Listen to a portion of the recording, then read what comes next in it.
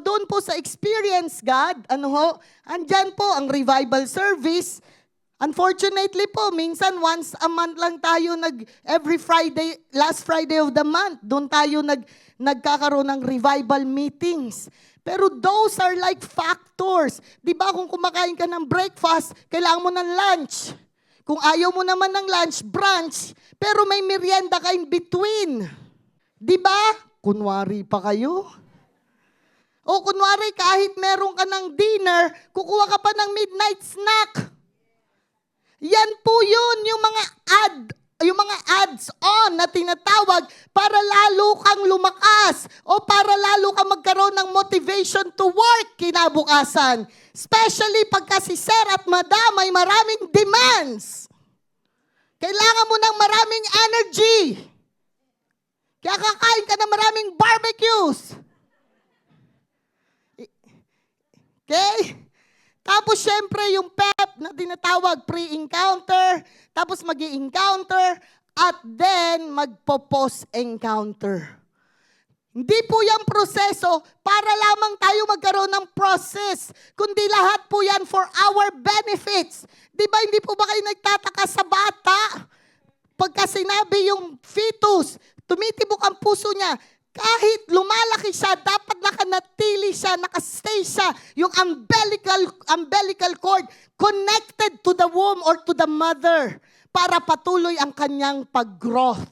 Kaya nga, di ba may sinasabi, prematured. Yung iba na-abort. Kasi why? Yung experience God, napaka-importante po niyan.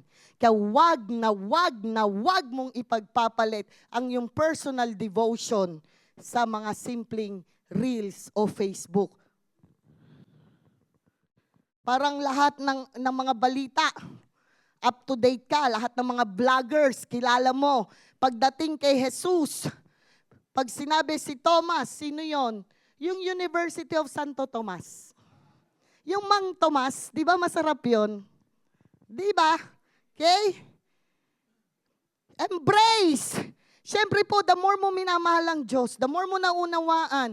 Siyempre, iba-iba tayo. Imagine mo ang Pilipinas, 7,107, if I'm not mistaken. Islands. Ilan pa lang tayo dito? Sino lahat tiga Luzon? Mindanao. Bisaya muna. Sorry, Day. Bisaya. Bisaya, di ba may par pa? May par. Tawag yung Metro Manila. Hindi nyo yun alam. Mag-aral kayo ng geography. Di ba? Kaya nga, tapos doon sa Luzon, may tinatawag pa yung mga Calex, Cavitex, Cavite. Di ba? Inaano pa, mga Calabarzon. Di ba? Kasi bakit? Para may common ground. Di ba pag nalaman mo, uy, Bisaya ka manday. Anong pinakamasarap na condiment sa mga Bisaya? Batchoy, lechon. Hindi nyo alam. Sabi nyo, ano? Di maayones.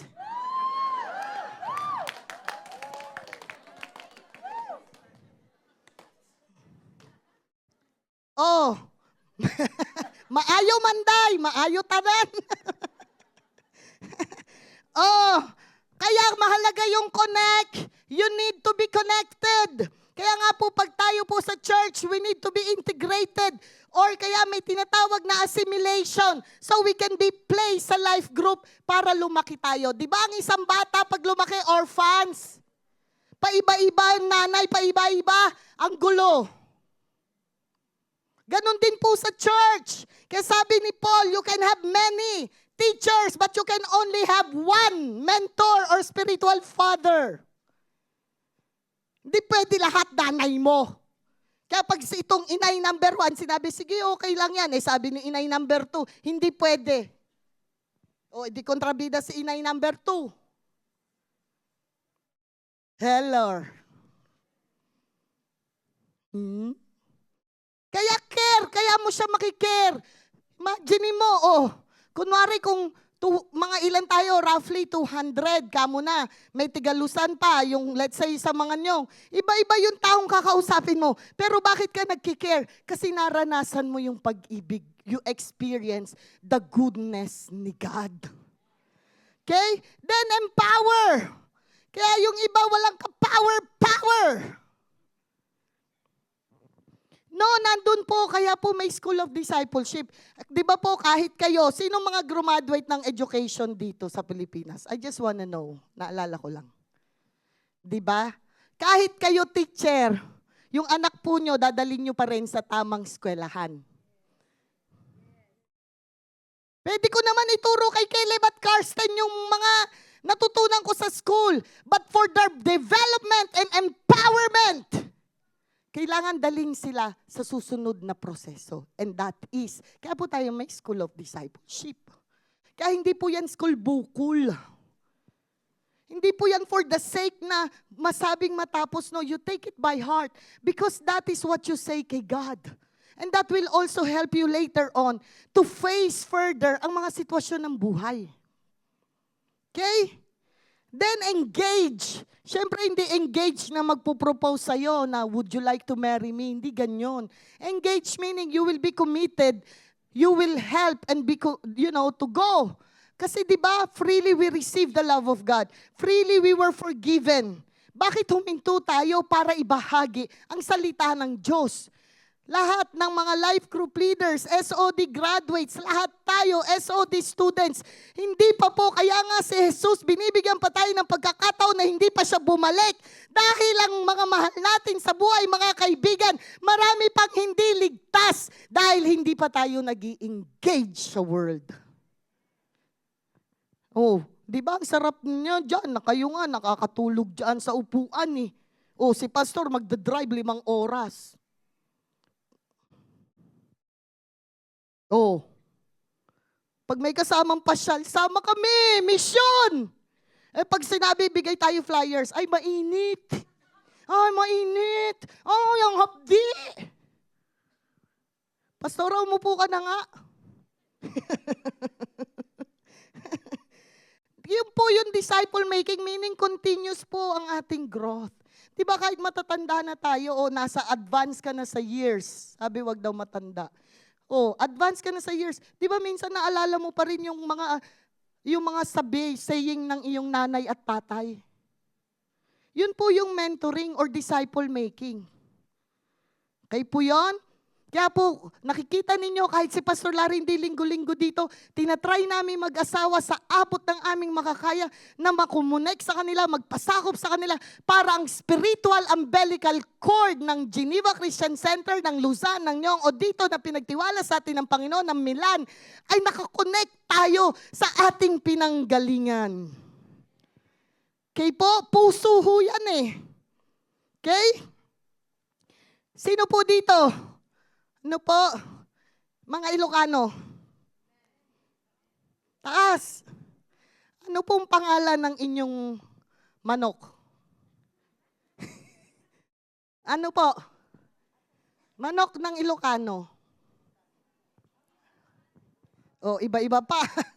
Sabi nyo, ano? Eh di, agyamanok.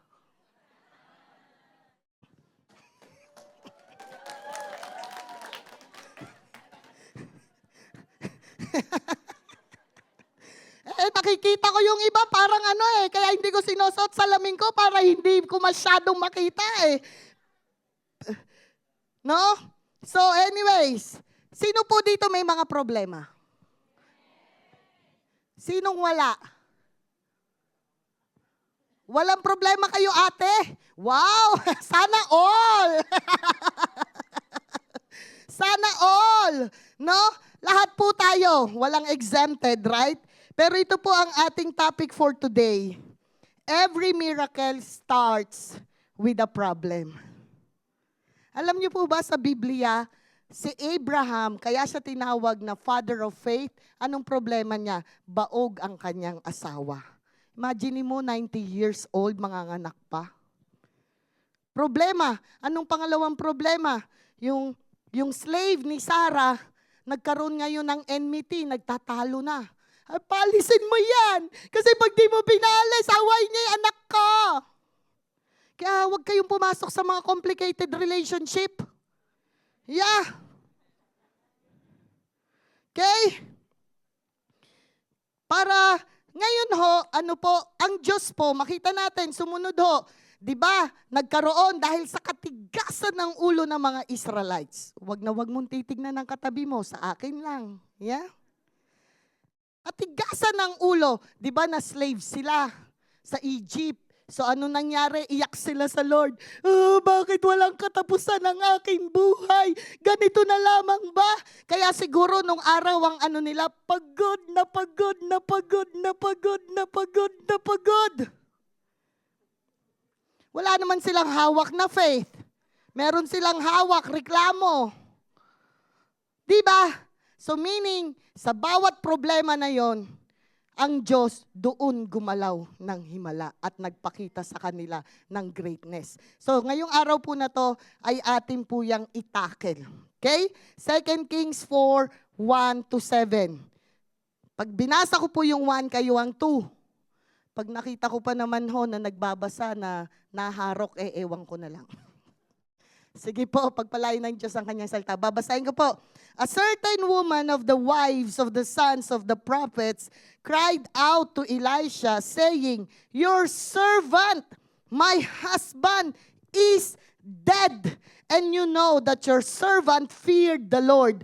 And the creditor is coming to take my 2 sons to be his slaves. Tingnan nyo, nung araw, uso ng Bombay.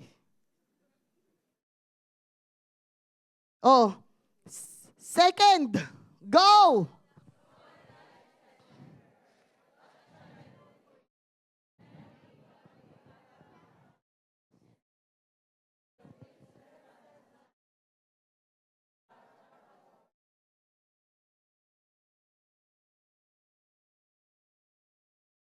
Oh, excited.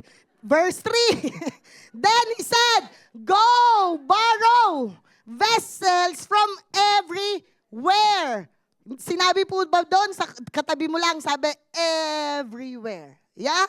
From all your neighbors, empty vessels. Do not gather just a few. Verse 4.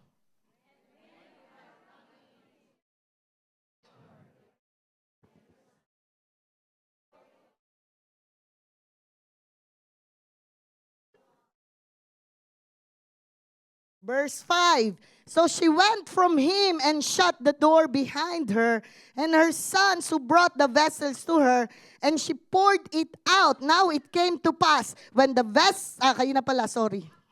Na-excite.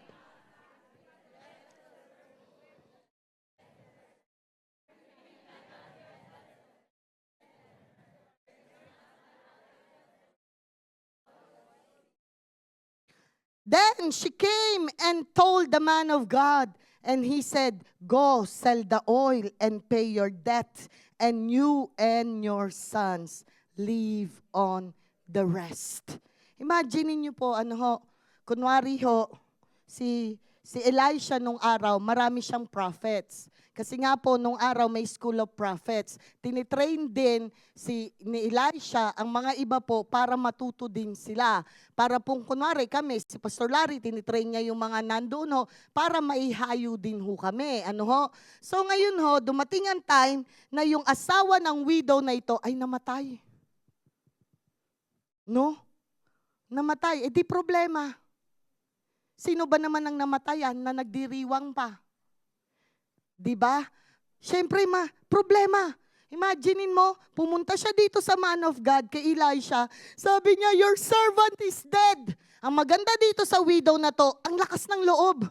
Dahil bakit? Kilala niya rin ang integridad ng kanyang asawa na habang ito'y buhay ay naglilingkod ng buong puso, naging tapat sa Diyos at naging tapat sa kanyang master na si Elisha. Mga magulang ko't kapatid, alam niyo po ba, kaya one of the fruit of the Holy Spirit is faithfulness. Mahalaga tayo maging tapat sa Diyos dahil pag tapat tayo sa Diyos, magiging tapat tayo sa ating master sa lupa, magiging tapat tayo sa ating asawa, ano man ang ipagtitiwala, magiging tapat tayo sa church. Yan po. Kaya ang lakas ng loob niya, sabi niya, your servant is dead. Imagine niyo, kunwari pupunta ako kay Pastor Larry, wag naman sana, Lord. Sabi no, Pastor, paano po yun na kinukuha, inaharas ng mga Bombay kami? Kasi wala kaming pambayad. Kukuhanin na yung 2 anak ko.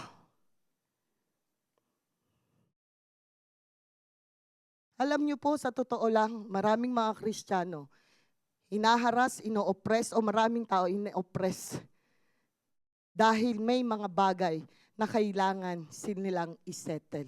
Minsan, di natin namamalayan ang hinaharas, ang kapayapaan natin. Relasyon natin sa bawat isa. Relasyon sa pamilya. Yung joy mo. No? Yung strength mo.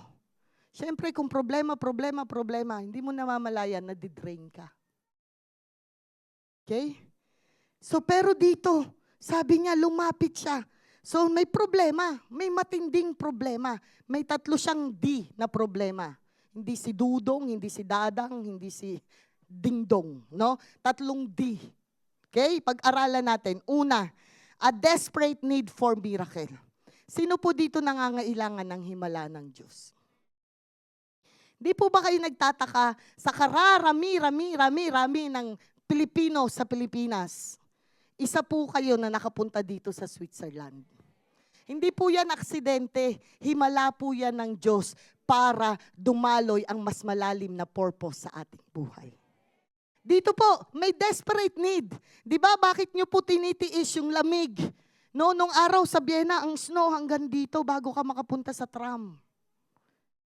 Kaya talagang nagbuboots. Ba't mo tiniis na 15 years, hindi mo nakita si Habi? Hindi mo nakita si Dudong?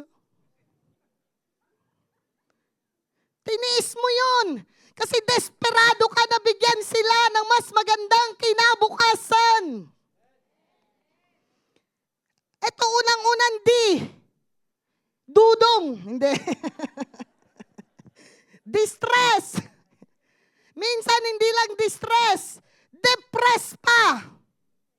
Di ba pupunta ka sa isang lugar na hindi mo kilala. Wala ka. Walang parlez-vous français? No. On te peut. No. Pas du tout. Merci. Diba? Tatanungin mo, kaya kahit 5 francs lang per hour, kagatin mo. Kasi bakit? May need. Minsan meron kang ama, meron kang ina na kailangan bigyan ng gamot. Distress. Diba? Pag sobrang problema, nakaka-depress din. Kaya kung minsan, ang daming mga tao, again, even mga Christians, even kami ni Pastor June, hindi kami exempted. Sabi ko nga sa Luzon, gusto nyo palit tayo eh. Joke lang. Okay? Pero tignan mo, sabi niya, she cried out to God and wept uncontrollably. Meaning doon niya ibinuhos, humingi siya ng tulong. Sabi niya, Panginoon, mahabag ka, nakita mo ang katapatan ng asawa ko sa'yo. Bakit nagkaganon? During ng time, ancient days, ang mga babae po, unskilled sila. Ang kanilang task lang ay gawaing bahay. Paglingkuran ang kanilang asawa, paglingkuran ang kanilang mga anak. Karamihan, unschooled din sila. Kaya nga ho nung araw, mga men lang ang binibilang sa Biblia. Pero ang Diyos po, hindi ibig sabihin na hindi tayo importanteng mga kababaihan. Yeah? So, humingi siya ng tulong sa Diyos unang-una. Huwag ka kasi kung kani-kanino humihingi ng tulong. Minsan, pag dumaraan tayo ng pagsubok, no? Granting may pagsubok, una mong iisipin, kunwari kinapos ka, lalapit ako kay sir, kay madam, para pahingi ng limos. Kahit konting pagtingin. Ganon. Kapag namumblema ka, huwag kang kukuha ng vodka o ng tequila at doon mo ibubuhos. sinaktan ako. Hindi lang ako sinaktan, sis. Inutangan pa ako, sis. Tapos popost ka sa Facebook kung ano-ano. Hindi lalong tumindi ang problema. Kaya yung mga taong iba, wala silang kaalam-alam, nagkaroon tuloy. Distress. Pagka ganun ho, umiyak ka muna sa Panginoon. Alam niyo po, then may death. Sa ayaw man natin sa gusto, may dalawang klaseng death. Physical death is a separation from our physical. Lahat po tayo, sa ayaw natin sa gusto, one day, haharap tayo ng death. At sa ayaw man natin sa gusto, masakit ang mawalan ng minamahal sa buhay. Masakit. No po? Pero, then, pangalawang death, spiritual death. Pag dumating ang time na hindi natin isinuko ang buhay natin kay Jesus, binibigyan tayo ng pagkakataon na itama natin ang ating relasyon sa Panginoon, ang ating buhay. Then sadly, we will go to the second death, and that is spiritually, kung saan wala nang katapusang punishment.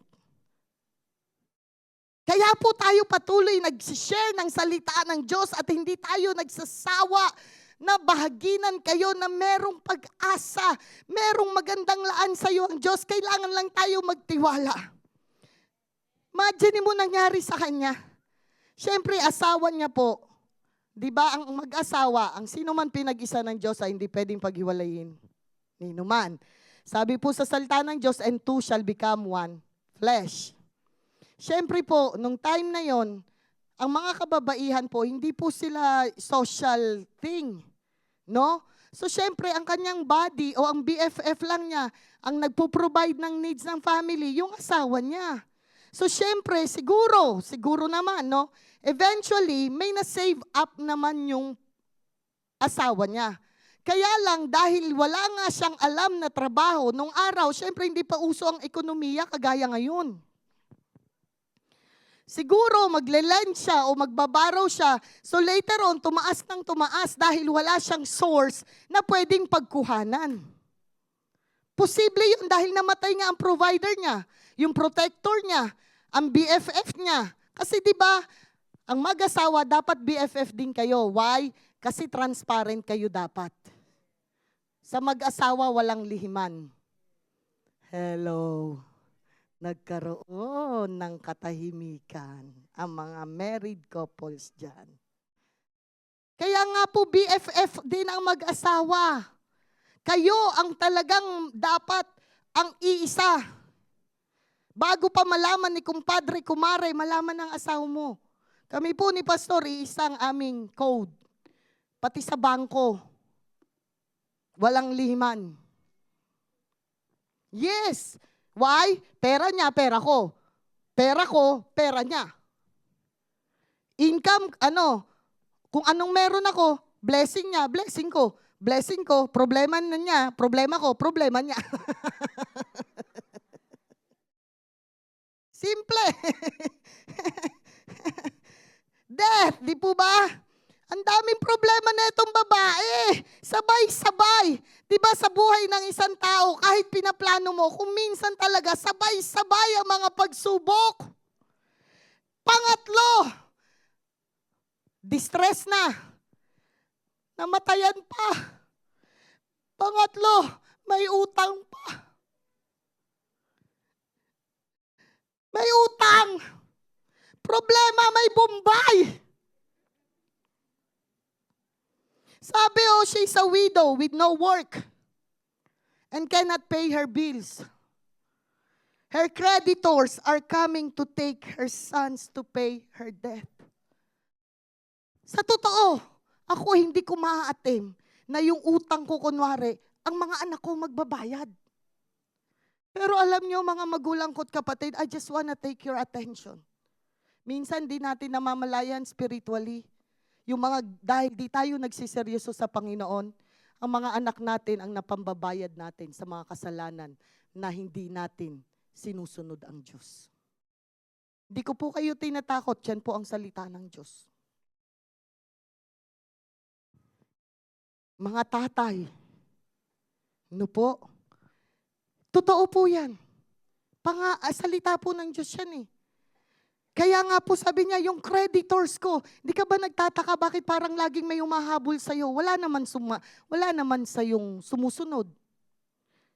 Bakit parang minsan nababalisa ka? Kasi merong creditors. Okay? Tapos sabi dito, no po, meron siyang pinagkakautangan. Sabi ko, Lord, ang tindi, gaano kaya kalaki utang ng babaeng ito? Kung tutuusin, pwede naman, kagaya ni Hannah. Di ba kilala niyo po si Hannah mabilis? Hindi si Hannah na anak nila Ruchi. Di po. Si Hannah, mama ni Samuel. No po? Di ba lagi din siyang inaasar nung kanyang rival. Minsan talaga yung mga rival eh.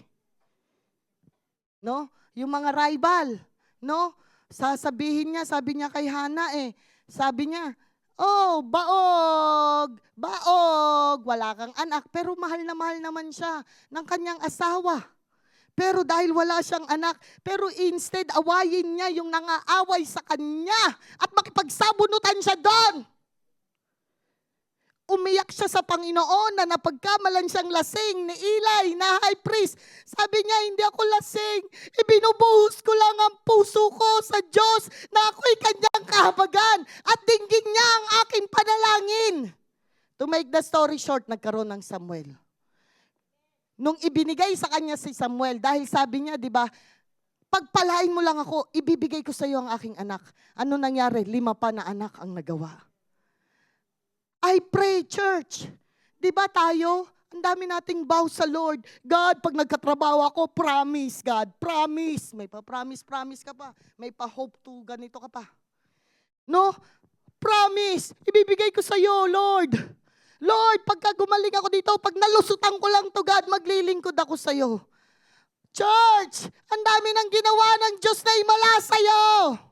Hindi ka nagtaka 10 years, 15 years, hindi ka dito na kahit kailanman. Nagkulang. Wherein nga, di ba, yung iba, nung nakontrol sa may train, yung pang naging dahilan para magkaroon ng himala ang Diyos at ayusin ng amo ang papers. Di ba? He turned the bad into good. Pero, tignan niyo po before God performs a miracle, there is often a problem that seems impossible to solve. Minsan, ang hirap talagang isolve ang problema. Minsan nga, hindi mo alam paano isosolve, di ba? Lalo na pag sabay-sabay. Minsan, di ba, hindi mo na alam paano ka pa iiyak. Kaya sabi nung iba, isang timba na po ang iniyak ko. Sabi ni Lord, isang drum pa. Hindi naman ganun ang Diyos. Minsan po, kaya inaalaw niya yon para din tayo matuto. Kasi nga kadalasan, hindi tayo natututo. Ginagawa mong team song yung kanta ni Gary B, di na natuto. No? Kaya ganun. Kaya to, kadalasan, imposible. Alam niyo po ba, dito sa Europe, napaka-imposibleng mag-work full-time para sa Panginoon. Nung nag-say yes kami sa Panginoon, syempre during that time si Caleb pa lang, okay naman. Dahil nandun nga ako sa Vienna, may work naman ako. Pero dahil sunod-sunod ang instance ng sitwasyon ng buhay, syempre, nung nagpakasal kami ni Pastor John, kinuha ko siya sa Vienna. Kailangan, isa sa requirements, may bahay ka. Kailangan may insurance, ganito. Nung time na yun, stroke pa ang aking mother-in-law. Tapos bigla sasabihin sa akin ng asawa ko, Nilab, tinatawag ako ng Diyos. Kaya sabi ko, ikaw pala tinatawag, ba't mo ko dinadamay? Kaya lang, damay-damay na. Buntis ako. Tapos, syempre, hindi siya umuo dahil may needs. Biglang nag-collapse sa train station. Makita niyo si Pastor John, puti lang dito, puro dito bumubula. Ikaw ba asawa? First time ko naman nag-asawa. First time ko rin mabuntis. Makikita mo yon. Hindi ko naman masisi si mama. Siyempre, ina. Diba? So makikita mo doon, nandun sa may, alam niyo yung sa train station, yung inuupuan natin, yung parang bench. Nakahiga doon. Bumubula. Sabi ko, Lord, ano ba ito? Pero sabi ko, Lord, kesa, ikaw kasi, dapat umao ka na lang. Tapos nakita ko sa ospital, parang ICU yung lahat ng machine nandito. Parang 31 years old lang siya noon. 33. Saktong-sakto nung age ni Jesus na ikukrusify. Kasi 30 siya nung nagpakasal kami. 28 ako, nanganak ako kay Caleb, 30. 32 na siya. Parang ganun. Anyways, to make the story short, kita ko dun. Sabi ko, nila, bawal ka pa mamatay. Hindi ako mamamatay. May purpose pa si Lord. Hindi, wag ka pa mamamatay. Okay na, okay. Bakit? Bakit ba? Wala ka pang life insurance. Dadaanin mo sa tawa ang ibang problema. Kaya nga maraming mga tao bumibigay. Imposible yun. Syempre, may maternity leave ako. Kinuha ko yung pinakamahaba, 3 years. The more na longer, the more na maliit. Ang rent ng bahay namin during that time, 450 na. Ang nakukuha ko sa maternity leave, 350. Kulang pa. Walang paldo. By faith, hindi ako lumapit kay mama. Mama, please. Yung apo mo first apo. Wala. Why? Nakikipag-usap kami sa Diyos. Panginoon, this is your business. Kung ikaw ang tumawag sa amin, patunayan mo.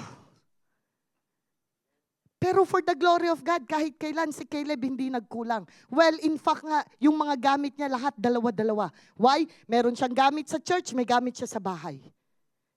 Kasi doon araw-araw ang gawain ng araw sa Vienna Kaya nga di ba sabi ni Pastor John, we were Alpha and Omega. Kami tiga bukas, kami tiga sara. Kasama namin si Caleb, wala kaming kotse. Tapos nag-pray kami, Lord, kailangan ko ng work pang-4 na tao. 3 kami noon. Siyempre, yung mother-in-law ko pa. Di 4. Sabi ko ayoko na mag-apply. Kasi siyempre, nakaka-disappoint din. Minsan mag-apply ka, tapos bigla, paasa. Di ba? So, pero sabi ng Diyos, doon magaling ang Panginoon. Di ba sabi mo, leave it to me? Nung nagbukas, sabi ko, Lord, ang ibibigay mo, pinaka-the best. Kaya nung nag-move kami dito, yun yung pinaka-the best na meron. The problem is not the end of the story. It is the stage on which God reveals His power, His compassion, and His glory. Diba nung araw, dun lang tayo sa rib, iilan lang ho tayo. Sabi nung mga iba, baka hindi tayo, baka alug-alug tayo dito sa loob. Parang imposible. Pero sa Diyos, posible. Sige, palakpakan po natin ang Diyos. Alam nyo, bakit natin minsan hindi nararanasan ang himala ng Diyos? Kasi masyado tayong madiskarte. Hanggat kaya nating solusyonan, instead na sa Diyos tayo umaasa tayo sa sarili nating kakayanan. Kaya dinadala tayo madalas ng Diyos to the place where it is like a dead end. Sabi po dito, don't despise your difficulty because today's problem may become tomorrow's testimony. Malay mo, you are just one step closer to your miracle. Huwag ka nang mag-give up pa. Sabi ko nga, nagpapakasama ka, may sinasabi ang tao. Nagpapakabuti ka, may sinasabi ang tao. Di pili ka na lang, magpakabuti ka na lang. Kasi by the end of the day, ikaw naman ang magsasacrifice. Where people see impossibility, God sees an opportunity to demonstrate His greatness. Diba, nung araw, sabi nila, imposible magka-permit dito sa Swiss. Imposible. Nung nag-a-apply ako ng work, sabi, nag-ano dito, sabi nila, Pastora, imposible po dito magkaroon ng white collar job. Posible po. Mahirap po dito. Pero my God says, there is nothing too hard for me. His greatness. Sabi nung in-interview ako dyan sa ILO, sabi ng boss ko, I can just offer you 3 months. Pero for the glory of God, 8 years na po ang nakakaraan.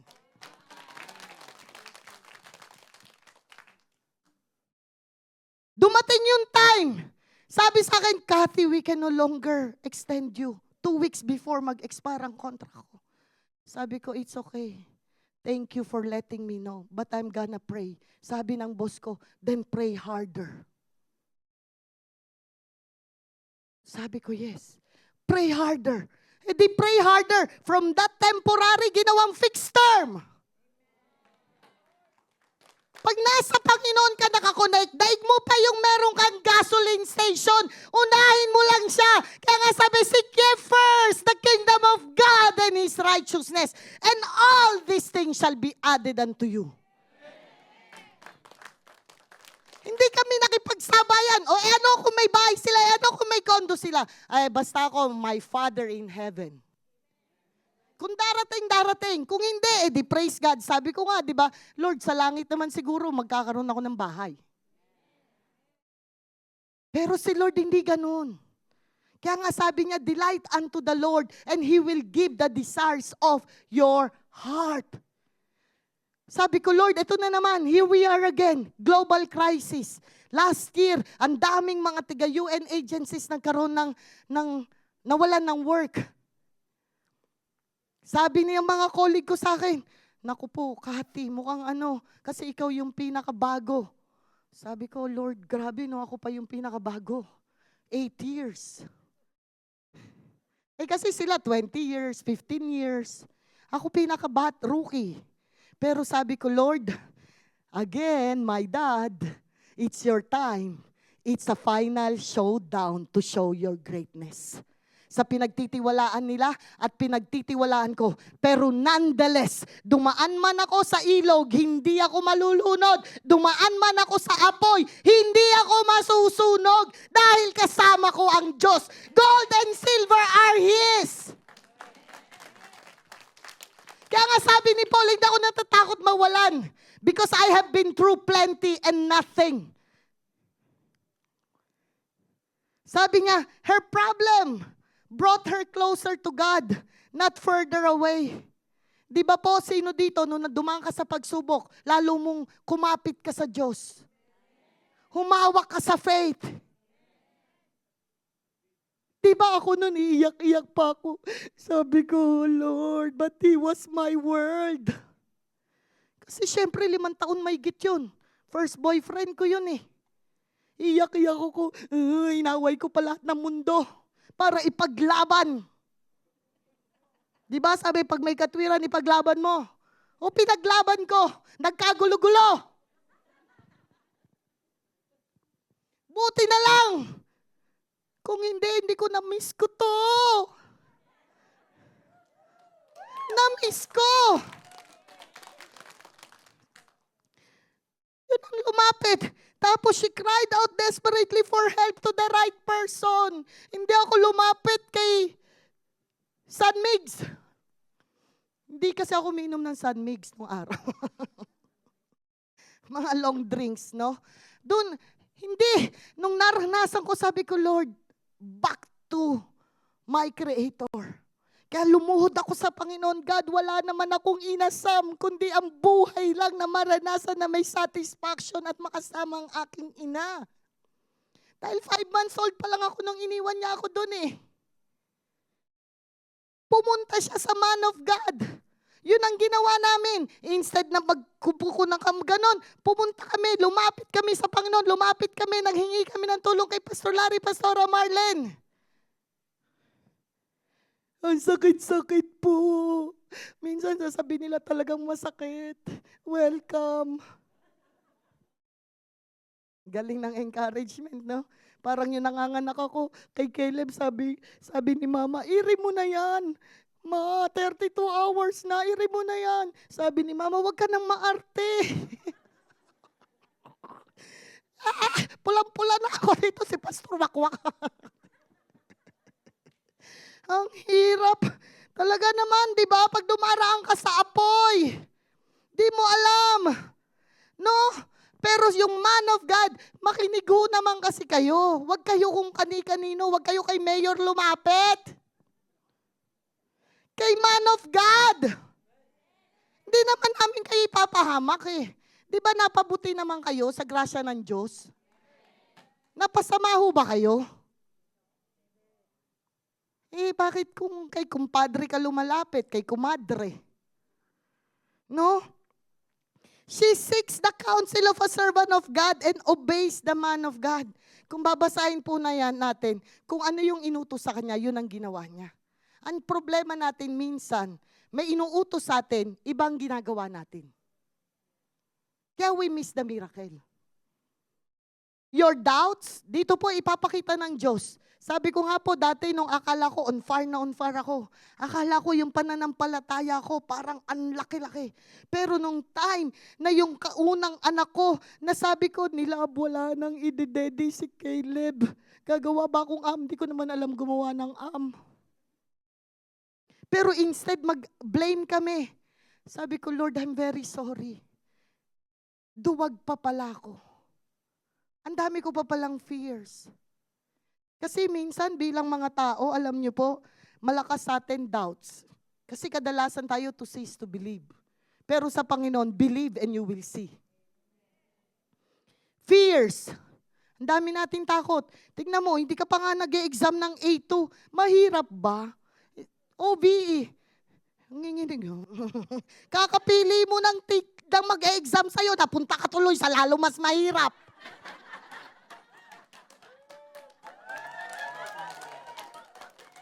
Pinapahirapan natin ang ating sarili.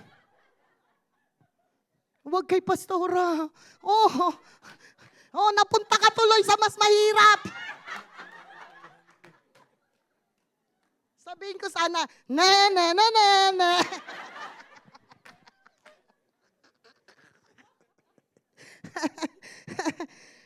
Worries. Ang mga tao, ang dami mong pag-aalala. Di ba sabi ni Pastor, pati problema ng kumpare mo, pinroblema mo. Tingnan mo, lalo na mga babae. Nag-sale yung sardinas. Kukuha ka 20 pieces. Bakit? Kasi para 6 na buwan. Parang di na magsisale. Dumating ang bill. Namumblema ka. Samantalang lagi mo naman kasama ang bill. Bill dito, bill dito, bill dito, bill dito. Ang dami mo nga bills.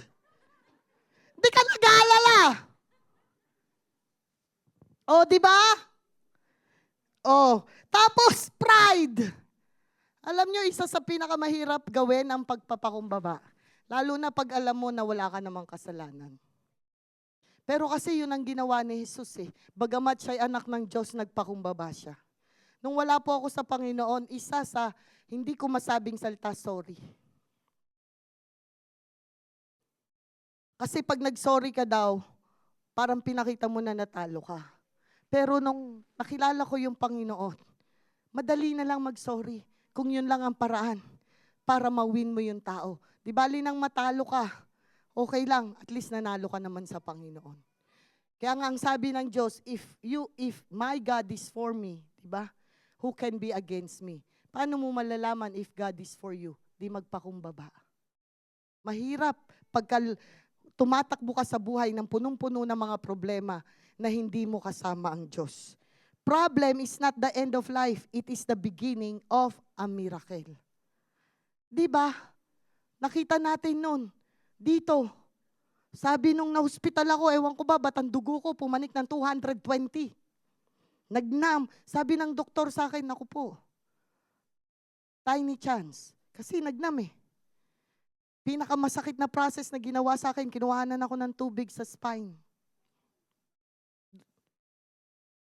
Pero sabi ko, Lord, hindi ako papayag na ganito lang matatapos ang buhay ko. Pero after so many, ang Diyos po, see what the Lord has done. I am alive and kicking. Sabi po, the miracle begins with God has put in your hands.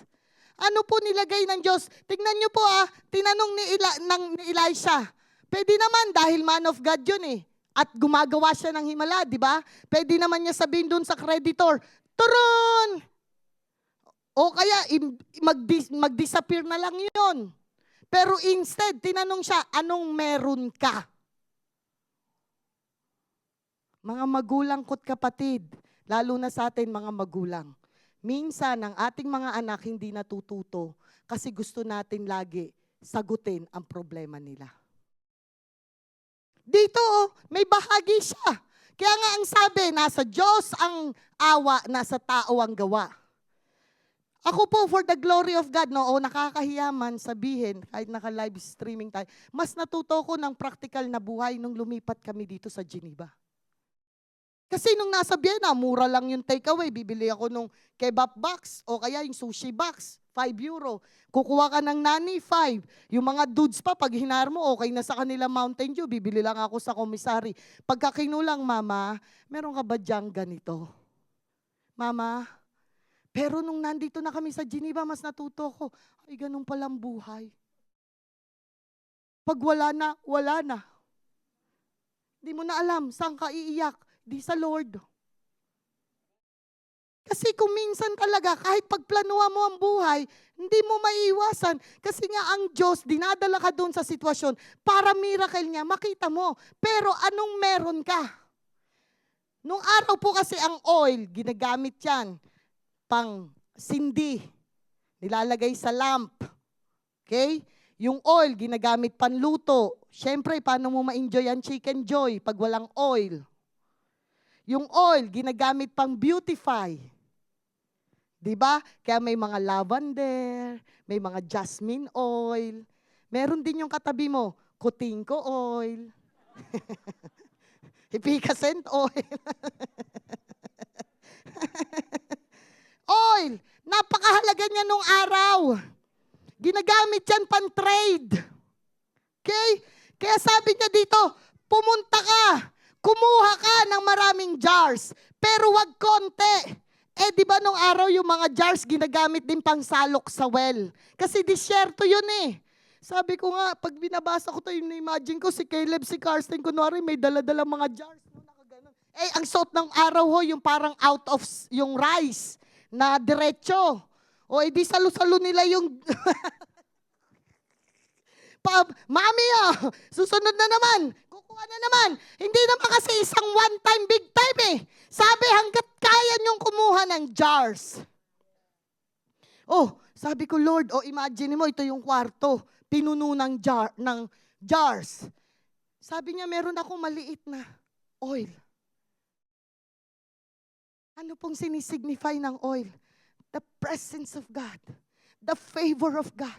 The peace of God, the healing of God, the provision of God. Sabi doon, hanggat binubuhos daw, hindi tumitigil. Mga magulang ko't kapatid, hanggat may tao, kaluluwa na umiiyak sa Diyos, Lord, I'm empty. Hindi ko alam ang purpose ng buhay ko. Kailangan ko ma-restore, kailangan ko mabago, kailangan ko ng provision. Hindi titigil ang pagbuhos ng presensya ng Diyos. Huwag tayong tumigil. Hanggat may empty vessels. Kaya nga tayo nagpapapuno sa Lord. Kasi mahirap ka naman punuin kung puno ka na. Di ba kahit may masarap na lechon, ang sarap-sarap nung timpla ng chicken kahapon, parang inasal. Kung busog ka, hindi mo yun ma-appreciate. Kaya nga po, ang sabi dito, blessed are those who hunger, for they shall be filled. Empty vessels. At wag na wag din po nating, sabi sa salita ng Diyos, do not despise your humble beginning. God uses the humble o small things. Wag mong mamaliitin yung mga part-time mo na simple. Di praise God kung ang taas na ng ekonomiya mo. Pero wag na wag mong mamaliitin yung mga bagay na ginawa sa iyo ng Diyos. Mapalad ka, nakakatulog ka. Di ba yung iba, di makatulog. Yung iba naman, di magising. Oh, yung maliliit na miracle. Di ka ba nagtataka at least wala kang dalang oxygen na lumalakad? Yung iba nag-o-oxygen. At least wala kang dalang karayom dito. O di ba yung iba bago kakain, tutusok muna. Oh, mga maliliit na miracle yun. Pero kung minsan, pag sobra tayong blessed, nakakalimutan natin. Tignan niyo po yung story ng widow ng Zarephath. Kilala niyo po yon? O amen na lang din sa iba para mabilis. Nung panahon na yon, may 3 years drought, may El Nino. Sabi ni Elisha, bigyan mo ako ng tinapay. Sabi nung widow, wala akong tinapay. Well, in fact, kaming mag-ina, wala kaming makain. Sabi ni Elisha sa kanya, anong meron ka? The flour. And yung jar ng flour. Sabi niya, pumunta ka doon, gumawa ka. Tignan mo ang ginawa nila. 3 years na supply mula sa maliit na flour. Hindi sila nagkulang. Mga magulang ko't kapatid, di ba minsan hindi ka nagtataka? Minsan wala kang work, pero yung nakakakuha ka pa ng damit galing ng SM. Salamat, madam. Salamat, monsieur. Hindi ka naman sumala sa oras eh. Ang dami mo pang ang Sharon. Nakapak na. Ito Monday, Tuesday, Wednesday, Thursday, Friday, Saturday, Sunday. Oh! Sa ilang taon mo pamamalagi dito, nagkulang ka ba? Yung boy na may 2 loaves and 2 fish. Take note, 5,000 men. Lalaki lang binilang. Paano yung mga babae doon? Di ba, yung sa Luzon nag-anniversary, 70 kilos ang ginril. Nanginginig pa, baka daw kulangin. Ito, 2 fish and 5 loaves. Tapos take note, may Sharon, lahat ng pumunta. Kaya nung araw, uso ng Sharonians. Basahin nyo yan sa John 6:9. Sabi ni Jesus, i-collect ninyo yung mga leftovers. O anong ginawa sa leftovers? Di binalot.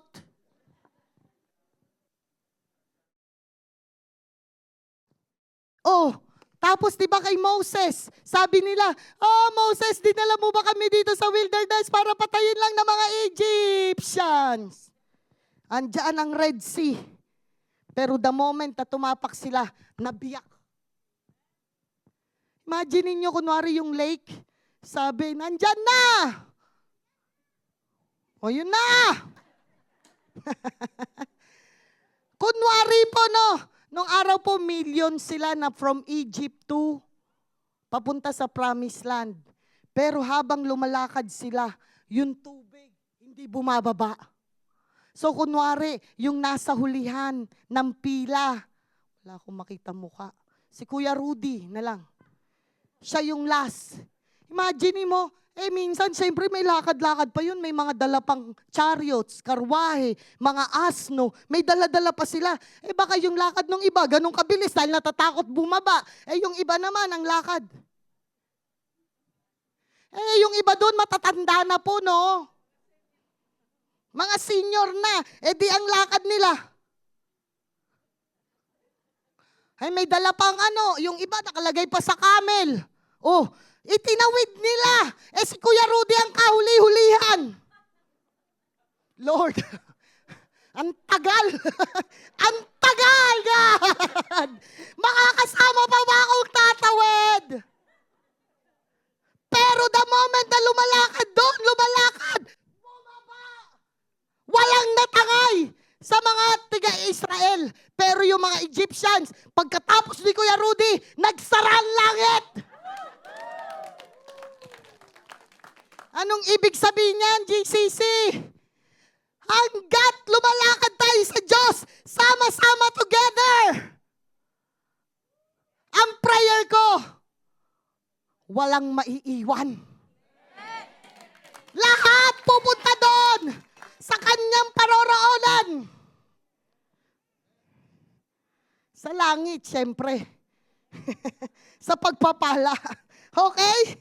Sumunod po, sabi dito, God has used empty vessels to be filled with miracles. Again po, mahirap pong magamit ang Diyos, ang taong punong-puno ng pride. Wala akong nakita. Yes, gagamitin ka temporary lang. Ang taong sobrang self-righteous, na pakiramdam mo, tama ka, kaya tinamaan ka tuloy. No? Tama. Kasi yung tao na hindi siya empty, mahirap makaranas sa Panginoon. Pero nakakaawa din on the other hand, kasi siya rin ang nagdurusa. If we are hungry for God, He can fill us with miracles. We need to be empty of our doubts. Sige nga, ako nga, nung bago ako sa Lord, ang sabi sa akin, ay si Cathy, 1 linggo lang yan. 1 linggo lang. Tignan mo, babalik na naman yan. Imposible naman na nararanasan ko ang pag-ibig ng Diyos. Kung nung araw maldita ka, lalo ka naging maldita, hindi mo naranasan si God. No? Unbelief. Para po ma-receive natin ang miracle ng Diyos, kailangan maalis ang mga selfishness. Kagaya kay Abraham, di ba nung pinapunta siya sa lugar na hindi niya alam, parang pumunta ng Switzerland where is gold. Lahat ng pera. Lahat ng mga chocolates and cheese dumadaloy. Nung binless siya, hindi niya sinarili. Ibinigay niya. Kaya yung pamangkin niyang si Lot, nakinabang din. Well, in fact, nakinabang nga tayo sa Abrahamic blessing. Ang prayer ko, pag tayo naman pinagpapala ng Diyos, huwag ka naman matumaas ang iyong paa at makalimot sa iyong pinanggalingan. Kundi matuto rin naman tayo. Kami po ni Pastor, yun ang prayer namin. Lord, we want blessing. We want, Lord God, ang church na ito ma-bless so we can be a blessing to others. Hindi para magpa-acquire o magparamihan ng kung ano-ano. Kaya nga po, sa lahat ng aming ginagawa, mauna ang Diyos. Then the rest comes, bills o what. Ngayon kung tama na, sakto na, edi kung bibigay ni Lord yung pangarap mo, edi gagawin ni Lord. Pero maghintay ka. Okay? Oil symbolizes the Holy Spirit, His presence, His power. Alam niyo po ba ang mga Satanists, meron na akong binasa na He sets the captives free. Sila daw, alam nila yung power nila. Pero kadalasan ang mga Kristiyano, sadly, hindi natin alam ang power natin. Kaya nga po sabi, He who has risen from the dead, the same Spirit, is the Spirit who is living in you and me. That's the power. Minsan, yung provision na yon, kaya sabi po, di ba sa Book of Psalms, surely goodness and mercy shall follow me all the days of my lives. Sabi rin po sa Psalm 118, He loaded me with benefits. Kaya po hindi ka lang sa employer may benefit. Sa Lord marami kang benefits. Fill your life by trusting the Lordship of Jesus and His word and promises. Wala po ditong upuan Wala pong masama, okay? Na nagpipray tayo, Lord, pagalingin mo ko. Ang Diyos naman napakabuti. Pagpipray, pagagalingin ka ng Panginoon. Kunwari, upuan po yan. Hiramin ko na lang ang inyong imagination. No, sabi mo, Lord, wala akong work. Bibigay naman ng Diyos. Work, provision. Lord, andyan ang mga parak. Ingatan ka naman ng Diyos. Protection. Panginoon, yung asawa ko po, God, dahil malayo kami, LDR, mukhang sumasa kabilang bahay. Pipray ka, bigyan ka ni Lord, restoration. Lord, ayusin naman niya. Gusto ng Diyos yan, walang masama dyan. Because it's like faith too. Pero ang gusto ng Panginoon, alisin mo yan lahat. Alisin mo yan lahat.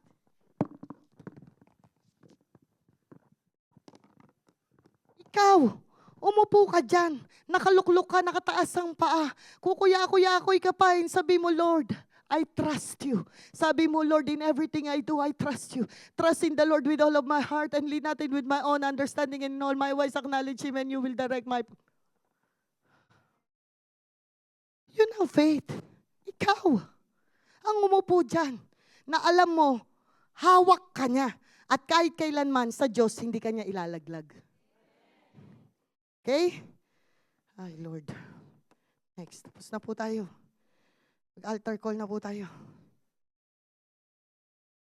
Okay, finally.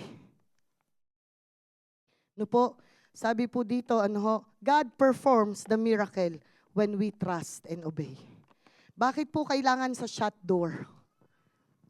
Tandaan po natin, sabi sa Matthew 6:6, pray to your Father who sees you in secret and He will reward you publicly.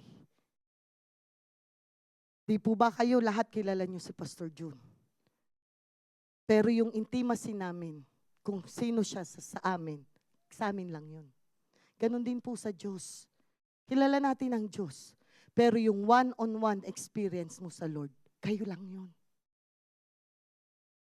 Kaya napakahalaga ng one-on-one natin sa Panginoon. At the same time, bakit shut door? Diba, minsan, pagka dyan, maganda naman yung maraming tao.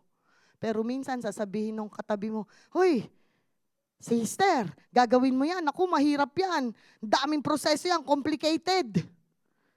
Mapapasa mo ba yan? Ang daming chu. Isarado mo. Makinig ka sa Lord. God, go ba o hindi? Sabi ni Lord, go. Magsalita man sila, chut. The Lord will prove His mightiness, His goodness, His greatness sa'yo. Bakit? Siyang nag-utos sa'yo eh. Tignan mo po yung babae. Wala siya ibang pinakinggan. She gathered many vessels, poured oil into them, and a miracle of provision occurred by selling the oil, and she paid her debt and lived with her children. Diba napakaganda nun? Kunwari kung may utang siya, 10 million. Lahat nung nakuha niya na yun, bayad na. May sumobra pa para may pangkabuhayan showcase. Sobra pa. Kaya nga ang pangako ng Diyos, di ba? Test me with this and I will open the windows of heaven. And yung pagpapala ng Diyos, siksik-ligliga, tumaapaw. God's promises follow obedience. Obedience position us to receive miracles, provisions, answered prayer, victory, healing, restoration, and revival. Di ba? Yung katabi mo, dati walang kabuhay-buhay. Kahit gumagamit ng likas papaya, hindi mukhang papaya. Mukhang bitter melon. Laging para malungkot. Bakit? The widow put her faith in the command of the man of God and poured out the oil into the vessels. It did not stop until there were no empty vessels available. Ayaw niyo po ba yung maranasan? Ako, Lord, sabi ko, gustong-gusto ko, marami pa akong gustong maranasan sa'yo. Yung miracle mo, Panginoon, na sabi mo, even the wealth of the wicked will be given to the righteous. Sabi niya, you will not borrow, but you will lend. Oh, di ba? Hindi ka naman magiging Bombay. Bawal yun. Okay? Sabi ng salita ng Diyos, pagka daw tayo nagpahiram, huwag kang tutubuan. Bawal, kasalanan sa Diyos yun. Ba't ko ba yun nasabi? Nilid ako ni Lord, sorry na lang. Okay? So God is teaching us to trust Him personally with desperation, perseverance, unconditional obedience, and surrender. Di po ba tayo nagtataka, isa sa fruit of the Holy Spirit ay pasensya. Patience, long-suffering. Kasi gusto ng Panginoon. Di ba masarap maghintay pagka naka-aircon ka? Right? Pero kung naghihintay ka sa 40 degrees, naku po, tapos wala ka pang inumin. Tapos naka-long sleeve ka pa, no? Tapos ang dami mo pang dalang migro. Sabi kasi ni Kuya Henry, daling ko daw tong 6 na ng ebyang. Tapos yung init, wala ka pang shade. May nakakainip. Pero actually, doon lumalabas ang tunay na laman ng ating puso. We exercise our faith in God publicly so that others are involved in miracle. Kaya po tayo naghahangad ng himala. Dahil freely we receive, freely we give. Yung himala na naranasan mo, yung himala na parang imposible sa iyo magpatawad, imposible sa iyo magka-breakthrough, imposible sa iyo magkaroon ng purpose sa buhay. Alam niyo po ba, pinakamatinding himala ng tao, hindi yung bulag nakakita. Di ba sa Biblia, ang daming pinagaling ng Diyos, hindi bumalik. Ang pinakamatinding himala ng tao, yung mabago ang buhay. Pinakamahirap na trabaho, magbago ng buhay. Tingnan mo nga ang mga magulang natin, minsan sangkaterbang, pangaral, hindi naman tayo binago. Ang mga gobyerno, di ba? Ang dami nilang program para mabago. Pero unless na ang Diyos ang magbabago sa isang adik, hindi mababago. No? Kaya po kailangan natin ng oil, yung faith. The miracle is that as long as there are empty vessels, God's oil never runs out. Kung ang bawat isa po sa atin mananatiling empty sa Panginoon, empty ako, empty siya, empty siya, empty siya, empty siya, empty siya. Ang Diyos po hindi titigil na magpuno. Tumayo po tayong lahat. Hallelujah, God. Hallelujah, Jesus. Lord, sabi mo po sa iyong salita sa John 15, God the Father is the gardener. You are the vine, the true vine, and we are the branches. Apart from you, we are nothing. God, we are nothing. God, kami po'y kinahabagan mo lang. Kailangan namin ikaw, miracle worker. Oh, Jesus, way maker. Panginoon, sa oras na to, ang lahat ng mga may pinagdadaanan, Panginoon, mga problema man, struggles man, God, kailangan namin ng himala mo. Kaligtasan, Panginoon. Lord, ang mga buhay na to, God, na kailangan ka, kumilos ka po. Banal na Spirito, we need your oil. God, give us oil in our lamp. Keep us burning and burning and burning and burning for you, Jesus. Oh, hallelujah, God. Come, oh God. Oh, yes. Come on, church. Lumapit tayo sa Diyos. Oh, ano man ang yung pinagdaraanan. Oh, sige, may konting oras pa. Yung nangangailangan ng panalangin dahil may matindi kang pinagdaraanan, run in front. Tulungan ako ng mga life group leaders na imapag-pray kayo. Run. Sige po, run. Oh, rashikira bababababa. Ano man yan, problema man sa health, problema man relationally, kailangan mo ng restoration, problema man. Oh, even sa finances, sige, run in front. Oh, hallelujah. Shikira base, sige, wag kang mahiya. Kagaya na itong widow na to, hindi siya nahiya. Lumapit siya. Oh, yes, God. Shikira bababababa. Sige, run, run. Run. Tulungan ako ng mga life group leaders, run. Okay, worship team. Oh, hallelujah. Run, run.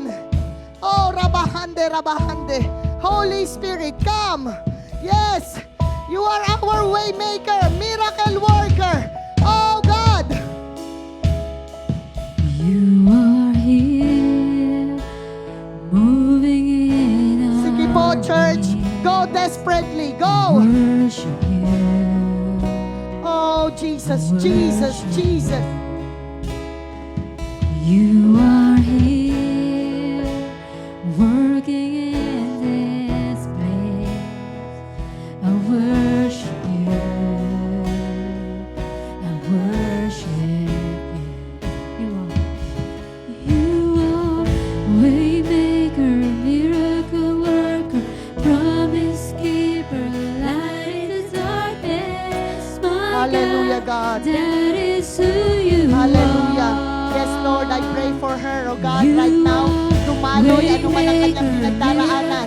God, oh, have mercy. Panginoon, kagaya ng widow, lumapit, Panginoon, sa'yo. Lord, lumalapit siya sa'yo. Let your miracle happen. Let your miracle happen. In Jesus' name. In Jesus' name. Oh, Rabahande. Yes, God. Oh, breakthrough. Revival, God. Yes. Tumalo yung oil. Oil, oh God. Oil. In Jesus' name. In Jesus' name. Oh, yes, God. Oh, hallelujah.